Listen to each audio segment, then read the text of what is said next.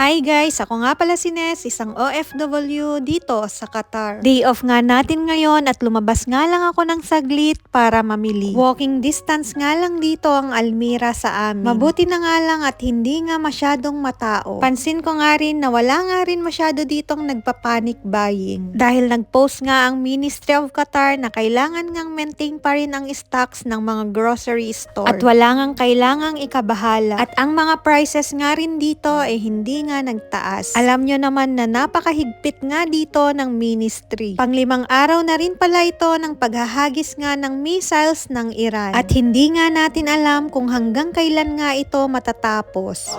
Sana nga magkabati-bati na nga sila. May tubig pa nga ako sa bahay pero kumuha na nga rin ako ng extra. Sa isang buwan nga 2 beses na nga lang ako nag-grocery. At ayoko nga ring panay punta dito at mapapagastos nga lang ako. Dahil halos araw-araw nga ay may mga nakapromo nga dito at nakasale. Sa pamilya ko nga sa Pilipinas wag nga kayong mag-alala at okay naman ako dito. Grabe nga dito yung mga namumuno at hindi nga nila pababayaan ang Qatar. Matagumpay nga rin nilang naharang ang 98 mula sa 101 na ballistic missiles na itunutok nga ng Iran dito sa Qatar. At sana nga matapos na nga itong kaguluhan na ito. Holy month nga ngayon at nagkakagulo nga sila. Ready pa naman na akong makatanggap ng hadiah galing nga sa mga customer namin.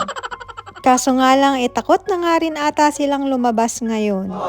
Nagbayad na nga rin pala ako dyan at yan nga lang yung mga kinuha ko. Dahil nung nakarang araw nga nabili na nga ako ng mga gulay at ng mga pang-ulam. Normal nga lang dito at kita nyo naman yung mga tao nga hindi nga nagpapanik buying. Pero syempre nga kailangan pa rin nga nating i-check yung mga stocks natin at hindi nga natin alam kung anong mangyayari kinabukasan. Mahirap nga rin maging kampante kaya naman 2 tubig na nga ang binili ko.